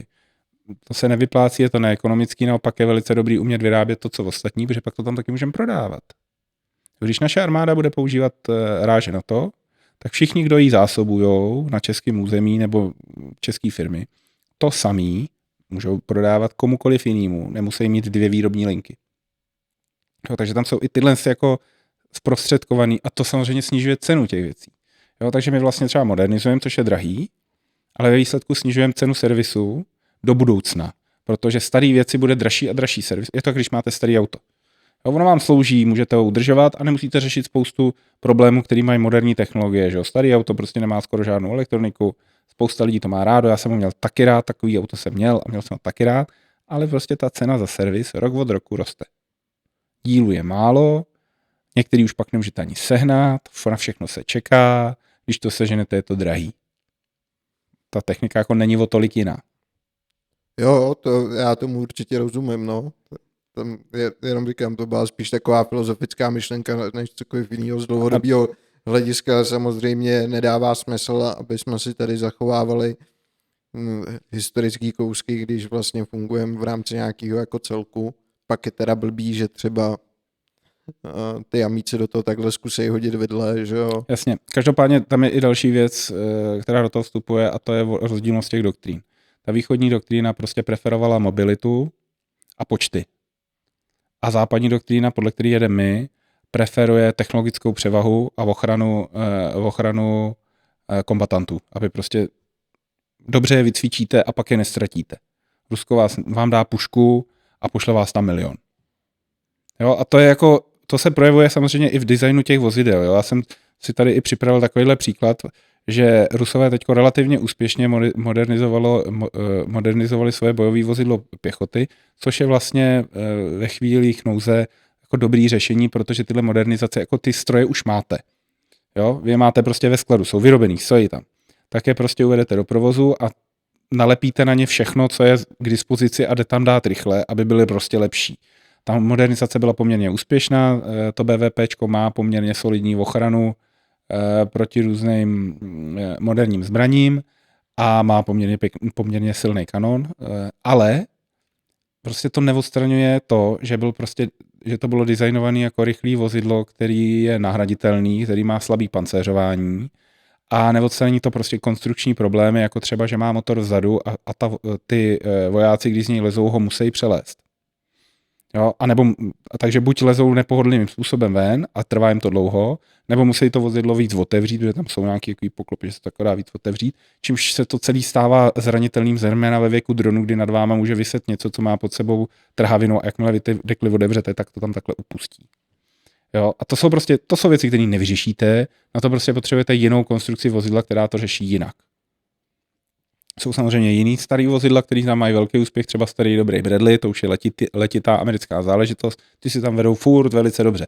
Ale je to do jistý míry dáno tím, že ta ukrajinská armáda už taky používá tu základní doktrínu západního typu už delší dobu a ty vozidla jsou pro ní postavený, takže jim logicky fungují líp, protože to, na to cvičej a to, jakým způsobem řeší svý úkoly, to vozidlo podporuje místo, aby ho museli vohejbat, aby ho mohli používat.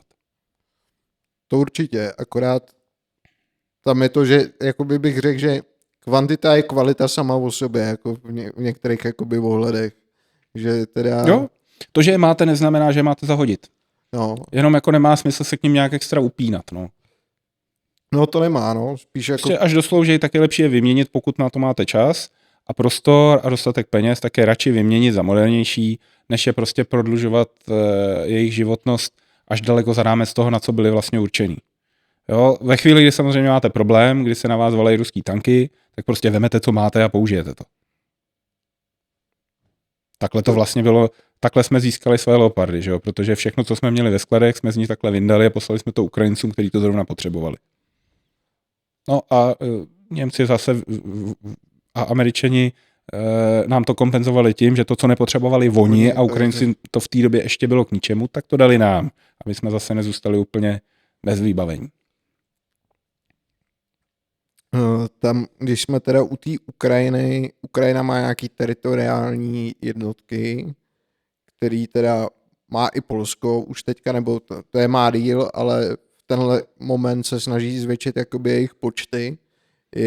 Zvažuje se třeba něco u nás, že bychom měli nějakou formu teritoriálních jakoby sil? Ono to je, jedna část je armáda, která má teritoriální síly teritoriální obrany, to tam normálně jako existuje, část armády, která je určená k obraně vlastního území. A kromě toho tam existuje něco, co má předobraz v Polsku a v Polsku to vlastně zrcadlili ukrajinský koncept a to je stanovená záloha státu, což jsou v podstatě dobrovolníci, kteří nemají standardní vojenský výcvik a smysl tohohle toho je vlastně primárně zajištění vnitřního pořádku a bezpečnosti. Pod tím si můžete představit právě jako podporu policie. Takže vlastně úkoly, na který není potřeba až tak složitý výcvik nebo letitá zkušenost, jako nebudou vám vyšetřovat vraždy tyhle lidi, ale můžete je třeba využít k tomu, aby strážili kritickou infrastrukturu, protože mají takový výcvik, aby to zvládli. Nebo aby zareagovali v místě, kde třeba nejsou k dispozici ani vojáci a není tam ani dost policistů, tak aby reagovali prostě na nějaký náhlý akt teroru nebo na nějaký sabotéry a podobně. Jo, protože mají výcvik tohohle typu, umějí použít zbraň, umějí poskytnout první pomoc, umějí pracovat v týmu. Jo, takhle je to zamýšleno, že tyhle lidi budou mít takovýhle typ výcviku a vy si je v podstatě doškolíte podle toho, co potřebujete a tohle není u nás ale dopracovaný. U nás to jako existuje a stát to do nějaký míry podporuje tím, že když projdete sérii aprobací, což znamená, že si musíte udělat nějaký komerční kurzy, který prostě který poskytují prostě státem certifikované firmy a tím vlastně garantujete, že máte nějaký základní know-how, děláte takzvanou aprobaci, což znamená, že prostě dostanete ty certifikáty a pak je takhle dáte ministerstvu, řeknete, hele, splnil jsem, složíte slib a jste zařazený do stanovený zálohy státu. Ale tam to končí. Tam jako zatím tam chybí ta další konstrukce, to, jak bude fungovat velení, to, jak se to vlastně bude celý organizovat a používat ve chvíli, kdy došlo k povolání stanovený zálohy státu, protože to se stane na základě nějakého krizového stavu, kdy se prostě odpovědné osoby rozhodnou, že ji potřebujeme, tak ty lidi, kteří v ní jsou zařazený a kteří mají tu aprobaci, povolá. A vlastně co se bude dít, až se to stane, to jako není vlastně pořádně popsaný. Není tam nějak řešeno žádná unifikace vybavení, jo, nebo povinný nároky po té, co dosáhnete toho vyššího stupně aprobace, tak vlastně vaše povinnost je jenom každý rok cvičit a doložit, že cvičíte. Ministerstvo vám výměnou za to přispěje na střelivo nějakou relativně už hezkou částkou. Jo, ale co přesně cvičíte, jak ty schopnosti rozvíjíte nebo udržujete ty už získaný, to už je hodně na vás. A já si třeba myslím, že tato by mělo být nějaký pokračování, že by vlastně ty lidi, kteří zůstanou ve vzduchoprázdnu, budou mít třeba tuhle malou výhodu, že se jako nějak udržujou střelecký návyky a dobrý, to stačí, tady máte příspěvek na střelivo. Ale lidi, kteří budou ochotní udělat víc a třeba pokračovat ve výcviku nebo dělat si opakování těch výcviků, kterýma už prošli, aby si drželi to know-how, protože to nepotřebují praxi, takže musí cvičit. Tak ve chvíli, kdy tyhle lidi budou něco takového dělat, tak by třeba mohli přijít nějaký jiný, zajímavější výhody. Cokoliv od daňové úlevy až třeba po svěření vybavení, který je dost drahý. Jo, když se podíváte třeba Vesta plus pláty, to je neskutečně drahá věc. A ty pláty nemají nějak extra velkou životnost. Vy je vlastně nepotřebujete, jo? Takže dilema, jako koupím si pláty do Vesty za 10 000 a za 5 let je vyhodím a koupím je znova. A nebo ty jako mít nebudu, ale pak zase to cvičení je takový jako, tak potřebuji nějakou náhražku, aby to bylo správně těžký. A vlastně, kdyby se něco stalo, tak jsem odkázaný na to, že si je nafasuju. Ten stát jako nemusí mít dost, aby mi je dal. Přednost bude mít samozřejmě armáda a policie a zdravotníci a hasiči. Ty všichni dost nafasují první. No, stát by mohl třeba to řešit tak, že nakoupí toho víc a těmhle lidem to svěří. A tím si samozřejmě může hlídat, že jednou za 5 let si je zavolá, pojď sem, odevzdej, už nemají životnost, tady máš nový. Jo, a tím si je zároveň může zkontrolovat, může dohlížet na to, že ty lidi prostě udržují to vybavení v dostatečné kvalitě. Že jim mezi tím mírně nehráblost těch dezinformací, které na ně se valí na netu. Protože změny duševního stavu jsou to největší nebezpečí, který můžete mít u všech lidí, kteří jsou v odpovědných pozicích, zejména u lidí, kteří jako mají přístup k legální střelné zbrani. Jo, problém není v tom, že by je dostávali magoři. Problém je v tom, že duševní stav člověka se může změnit a vy na to potřebujete přijít dřív, než se něco stane. Takhle máte ty lidi víc pod dohledem, pracujete s nima, cvičíte s nima. Pokud se něco takového začne dít, je výrazně vyšší pravděpodobnost, že na to včas přijdete a budete to řešit. Zvažuje se nějaká, jakoby, jak se tomu říká, branná výchova nebo něco? V podstatě existují 2 programy, POKOS, příprava občanů k obraně státu, a OČMU, ochrana člověka při mimořádné události. To první je armádní, to druhý je vnitrácký, pod hasičema konkrétně. Oba jsou to koncepty, které si myslím, že by se měly výrazně více rozvíjet, protože ono to existuje, ale zase málo kdo se o to zajímal, protože když se řekne branná výchova, tak si všichni představí, tak to půlku lidí to nezajímalo a ta druhá půlka si představila masky a chemické pláštěnky a pobíhání někde po cvičáku, když byli ještě ve škole za komunistů, a to jako není to, o čem se dneska bavíme, když se bavíme o branné výchově. Oni mají ty programy připravené poměrně hezky, ale strašně moc je to hodně orientovaný na školy, ale strašně moc to závisí vlastně na těch zřizovatelích, aby to chtěli. Oni jsou jako k dispozici, ale vy si je vlastně potřebujete jako najít, oslovit, přitáhnout. To aktivní oslování probíhá s různou úspěšností. Když se podíváte na webové stránky, tak to je vlastně docela marnost. Tam vám řeknou, že to existuje a co to dělá, ale třeba když se podíváte do sekce výukový materiály pro učitele, tak tam nic není. Jo, což tak nějak indikuje, že to prostě není uchopený furt ještě systémově, což já osobně odhaduju, že je to úplně jednoduchá otázka peněz. Prostě nemají dost peněz, takže nemají dost lidí. A protože nemají dost lidí, tak nejsou schopní tyhle činnosti zvládnout v požadované kvalitě. A tohle si myslím, že si zasluhuje rozvoj. V obě ty větve, protože POKOS víc směřuje k těm krizím týkající se válečného stavu a nějakého vyložení jako akutního nebezpečí vašemu životu. OČMU je zase víc o různých katastrofách a krizových stavech tohohle typu. To znamená typicky, co vás napadne, povodně, velký požáry, větší katastrofy, jako je třeba zhroucení budovy, abyste věděl, co máte dělat, když se stane něco nenadálého, špatného, co jako je obtížně předvídatelný. POKOS víc směřuje do té oblasti, co máte dělat, když je bombardování, když to říkám to teď hloupě, strašně to zjednodušuju, jo? A kdyby mě slyšel někdo, kdo ten program jako reálně v armádě a na ministerstvu dělá, tak mě nejspíš praští za takovýhle zjednodušení, ale jde mi o to, abyste si to jako uměli představit, jako kam se to jako směřuje. A samozřejmě tyhle programy jsou důležité ještě na jednu věc, protože ta branná výchova, to byla v podstatě určitá forma buzerace. Obtížně uchopitelná, ale ten pokos, když se dobře pojme, tak je v podstatě takovou vstupní branou a prvním seznámením mladých lidí s tím, že armáda jako je tady, dělá nějaké věci a že to může být zajímavý, že to může být jako kariérní volba. Jo, vlastně na ty středoškoláky, vysokoškoláky už dneska armáda umí cílit mnohem líp, furt to není samozřejmě dokonalý, ale třeba nedávno přišli s programem vojenského cvičení pro, teď nevím, jestli to pro středoškoláky nebo vysokoškoláky, ale prostě pro mladý dospělý, abych tak řekl. První ročník byl minulý rok, nějakých 50 nebo 70 účastníků, druhý ročník 700. Což vám řekne jedno, že si to mezi sebou řekli a bylo to dobrý. Takže prostě se přihlásilo víc lidí. Jo, takže si myslím, že jako jsou místa, kde se ta armáda jako zlepšila dost, což je oslovování dospělých a mladých dospělých.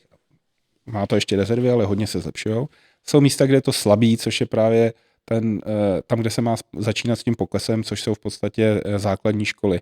Podle mě první stupeň a jako ten očmu bych klidně jako šoupnul až do školek. Oni na to připravený jsou, očmu na to připravený je, počítá s tím, že vlastně tyhle ty věci po nich můžou chtít školky.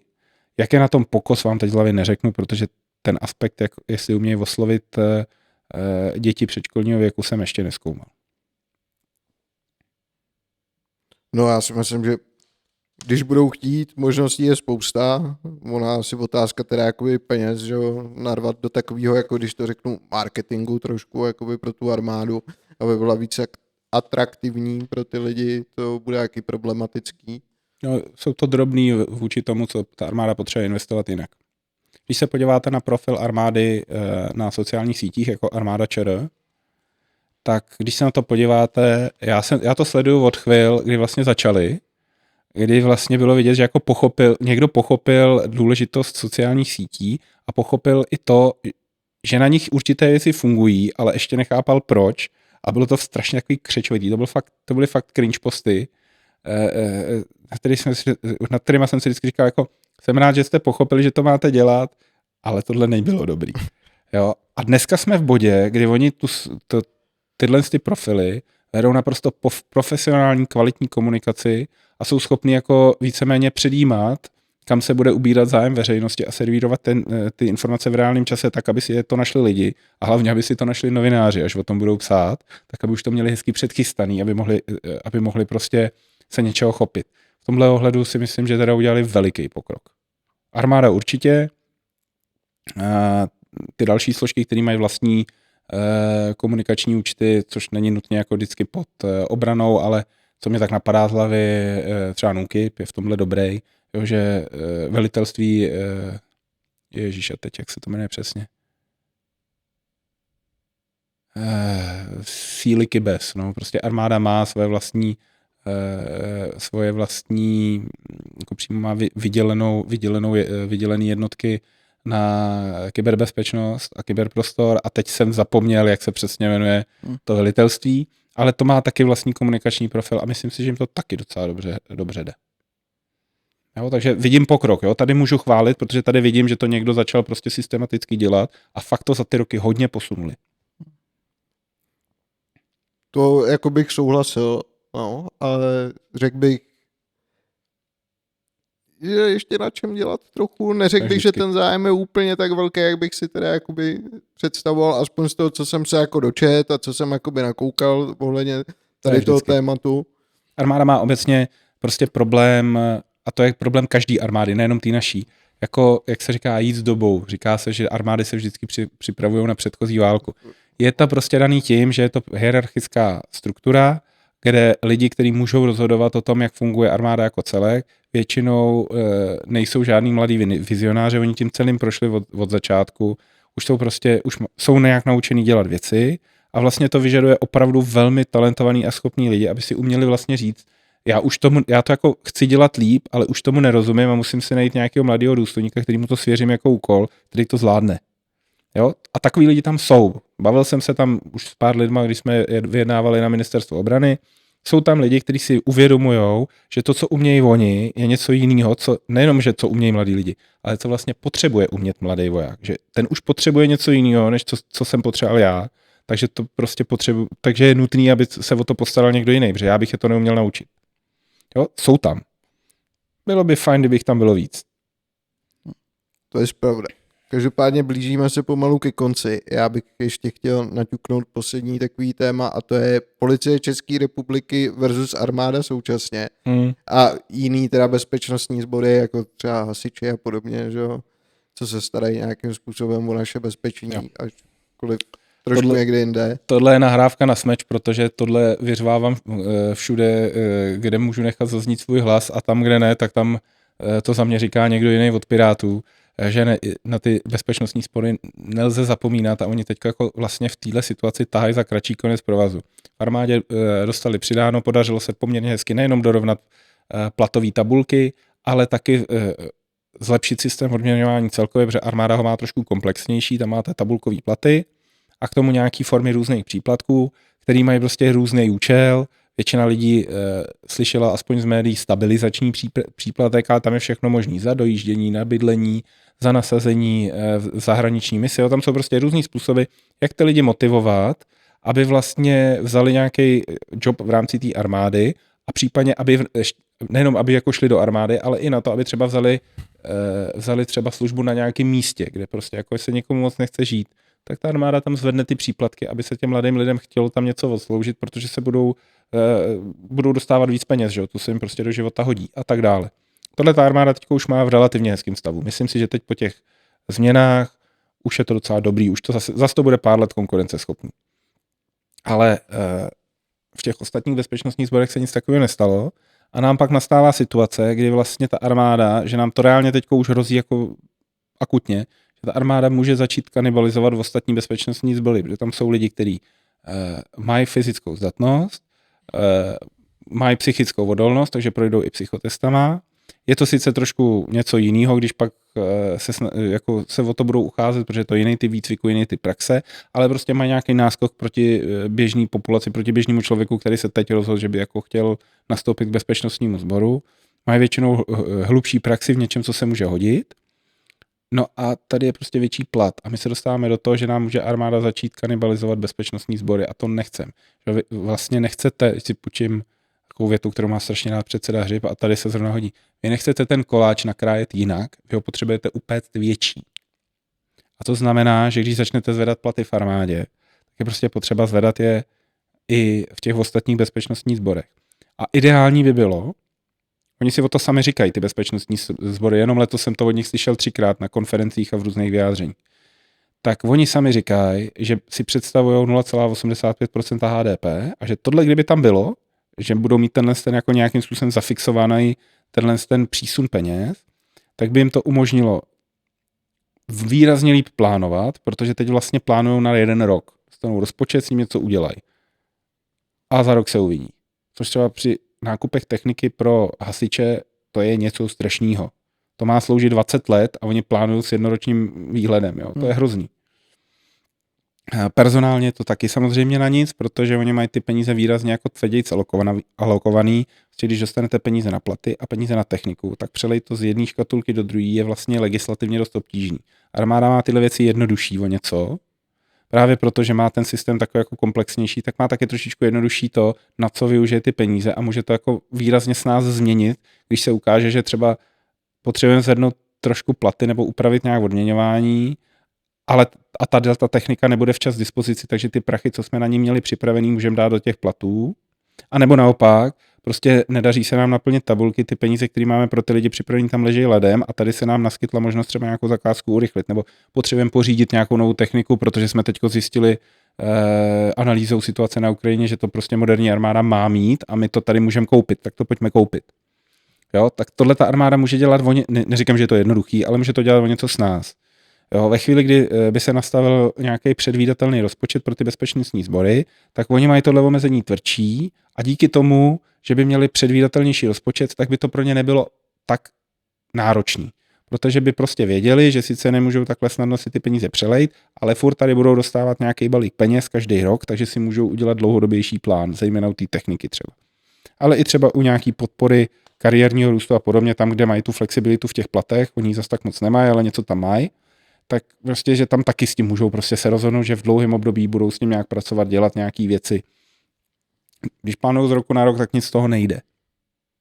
Další otázka je, že by to zasloužilo vůbec reformu odměňování bezpečnostních sborů, protože ta policie, hasiči a záchranáři vlastně tím, že mají ty tabulky takovýhle jednoduchý, tak to právě znemožňuje s tím nějak pracovat. Jo? Vy máte ten samý plat v Praze jako v Ostravě, ale náklad života máte úplně jiný.